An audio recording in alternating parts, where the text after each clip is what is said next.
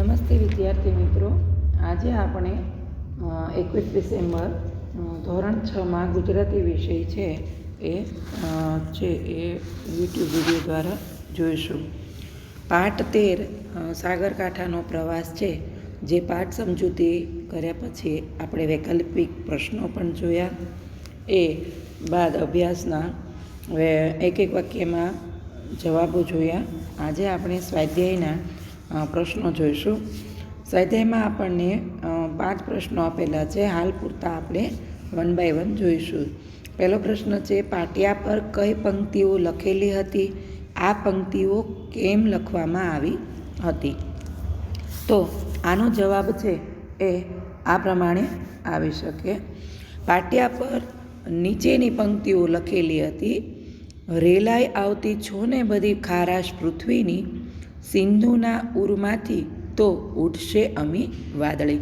વર્ગમાં છે એવો નિયમ હતો કે જેનો પણ છે એ જન્મદિવસ હોય ને એને શુભેચ્છા આપવા માટે છે એ આ પંક્તિઓ છે એ શુભકામના રૂપે, આશીર્વાદ રૂપે, શુભેચ્છા રૂપે લખવામાં આવતી હતી વર્ગખંડના કાળા પાટિયા ઉપર.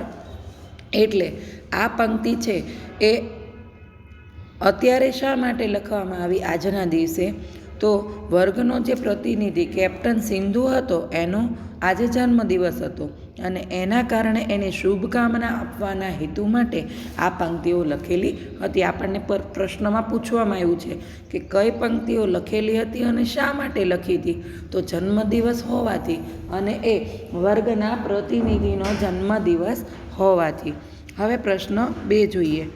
માધવપુરનું વર્ણન પાઠના આધારે કરો. આ વર્ણનમાં છે એ આપણે એનો દરિયા કિનારો, એના કિનારે આવેલા સ્થળો અને તે સ્થળ છે એ શેના માટે જાણીતું છે એ છે એ આપણે જોવાનું છે. તો એનો જવાબ છે આ રીતે તમે લખી શકો.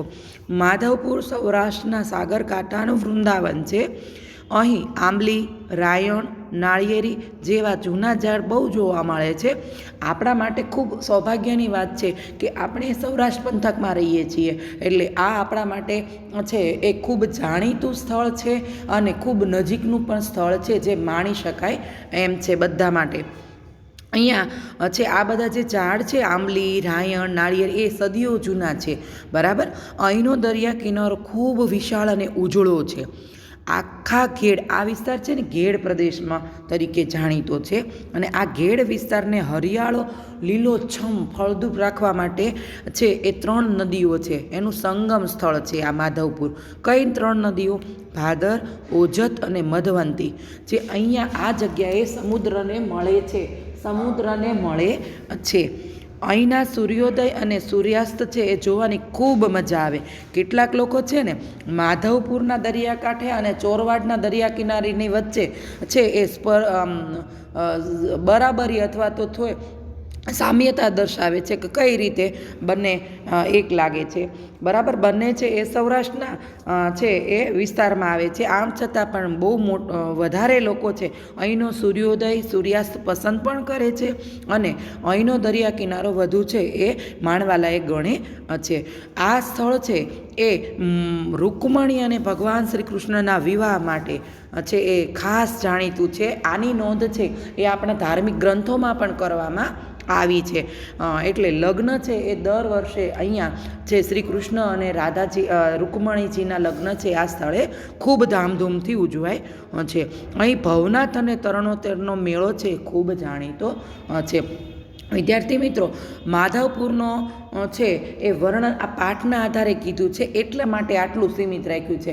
પણ જો તમારા શબ્દોમાં વર્ણન કરો તો જે કોઈ વ્યક્તિ રૂબરૂ આ સ્થળે જઈ આવ્યું છે અને કંઈ વધારે સવિશેષ જાણકારી છે તો પણ તમે તમારા વિચારો વ્યક્ત કરી શકો છો.